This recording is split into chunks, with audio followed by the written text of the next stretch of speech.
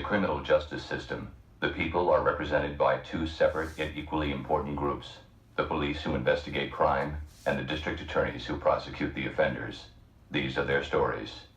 I call the witness to the stand.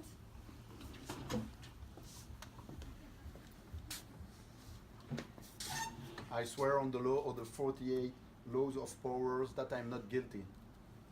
Okay, so let's first explain what you are accused of. So you don't respect the law 38 things as you like, but behave like others. Let's first explain it. If you make a show of going against the wind by expressing your unconventional and unethical ideas, people will think that you only want attention and that you look down upon them. They will find a way to punish you for making them feel inferior. The logical expression of this practice is the ability to be all things to all people. When you go into society, leave behind your ideas and values and wear the appropriate mask for the group in which you find yourself. They will not think of you as an hypocrite. But do you want to add something? Yes, sure.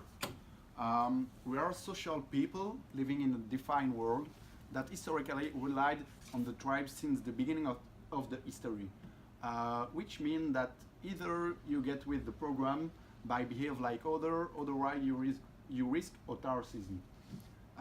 Does it sometimes transgress your value? Yes. Just an example. You have to do a job that contradicts your value, but you do it by submission to feed for your family or your colleagues, even if you think different. This is a kind of integrity dissonance. Or hide this real value to be like others, that's not good. Like lack of real communication. Yeah, but what are the links of those implications with our lessons, moral leader? Moral relationships focused versus self-confident. Or maybe the adaptive style? Yes, or loyalty with what we think, being okay with its integrity. Okay, so in my opinion, Madam Justice, this man is innocent.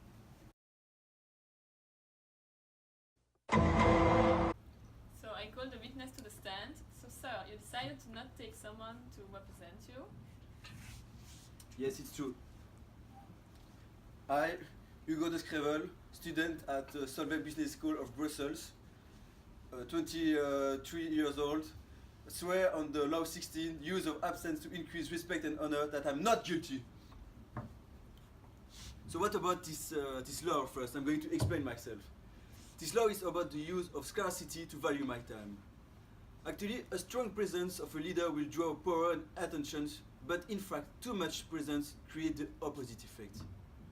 I become a habit. People respect me less and less because I become an ordinary person. The idea of this law is to decrease my ability to increase the value of my time. For example, we all know this famous sentence of lovers: follow me, I will flee. Flee me, I will follow you. If you see what I mean. If you see something every day, at the end, you won't notice it because it doesn't have any importance to you and people take it for granted. If I'm available only briefly, people will not waste my time. So, good morning, Your Honor. I'm the defending lawyer. So, the behavior of the accused here is not ethical. As a leader, he has to be present to help his employee to overcome the issue they face. And then, you are not altruist because you act like you are above the other and you are overconfident. You should act like a resilient leader in order to build strong relationship and emotional connection. Indeed, a relationship-oriented leader is the most effective and moderately favored situation for leading a group. So, try to be focused on human skills and increase your interaction with your employee. Do you have to add something, sir? Yes, I will just conclude by giving you some tips how to use my law 16 to be a more effective leader according to this law. First, Make what you are offering to the world rare and hard to find in order to increase its value. Second, make yourself less accessible and you will increase the value of your present. And finally, know when to retire, it will increase the respect and gain power. That's So, all. Your Honor, he is guilty or not? He's not guilty.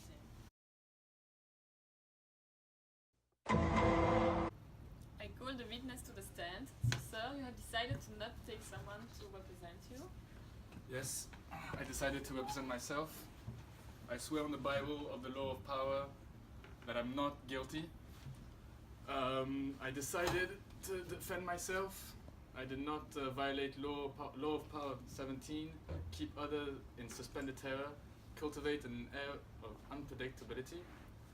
And I'll tell you exactly why I am not guilty. Law 17 tells us to completely change our strategy. People expect habits and old patterns. They like comfort and predictability, but by acting in an unpredictable manner, we can keep people on the edge and create a situation of control. What we want to do is to stimulate interest. Okay, so I am the lawyer that will try to prove that this man over there is guilty. I heard what you just said and I agree with that, but you forgot something really important. First of all, being too much unpredictable can be very dangerous, you know. You can burn your own wings. Employers expect results and they need to know that their employee will be capable to perform. But also, the key is to be unpredictable in a predictable manner. And you have to play by the rules, and that's what you didn't do. So, the accident occurs in a basketball game. You try to win the competition, but you cannot be unpredictable by breaking your opponent's knee. You have to be unpredictable by changing your strategy, so that the opponents will not know what you're going to do. That's what is important here. But I saw in my class of moral leader that tolerance of dealing with change is a good aspect of being a good leadership. Leadership is about coping with change. This law takes this theme to the next level because it is the leader that forces the change by consistently being unpredictable and changing his strategy. Yeah, I agree. There is also a link with the skills approach, as less interaction with employees will left them in the dark. But as I said, you didn't play with the rules. You have to be unpredictable, of course, but you cannot do anything. So, Your Honor, that's why for me this man is guilty. And I recommend you to sentence him to 20 years of jail time.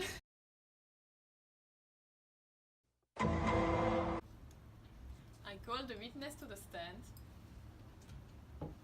I swear on the Bible of the laws of power that I'm not guilty, and particularly the law that says avoid stepping into a great man's shoes. This, according to the law 41, you are not guilty. Basically, the law said that when you succeed a great man or successful parent, you will have a long, difficult journey because you will have to make something more magnificent than what they have done in order to be remembered. It encourages us to not get lost in the shadow of your parents. You have to establish your own name and identity by changing course. For your case, you are inherited from a big business empire, and you have not been satisfied with what you have received. You expand and innovate into different fields. Yes, I'd like to add something. I set myself apart. I try to learn my best from my predecessors' knowledge and experience. I also made a wise decision based on logical conclusion. I kept an eye on the young and never stopped learning. And finally, I think that my action had logic. So according to me, I totally respected this law. Now, there are three links with the course. First, it is integrity, because it is important to create our own path with our own value and not those of our predecessors. The second point is self-confidence. It is important to create our own name and identity. And the last one is tolerance for ambiguity or change. You have to accept change and don't always want to follow what our predecessor did. So I said he's not guilty. So during this trial, I noticed many similarities between these four cases. So first of all, we have a link between the law 16 and the law 41. So the law 41 was avoid stepping into a great man's shoes. So this law encourages us to stepping away from our parents and people we relate to, and this can be related with the principle of being more absent. You have to take distance to perform better and to gain respect. 16 have another similarity with the law 17. Keep order in suspended and create unpredictability. Being absent and take distance goes with being unpredictable. People don't know what we are up to. Other similarities are between the law 41 and the law 17. Avoid staying in the same scheme. You have to change things up. However, keep in mind that change doesn't imply unpredictability. After that, we have a similarity with the law 38.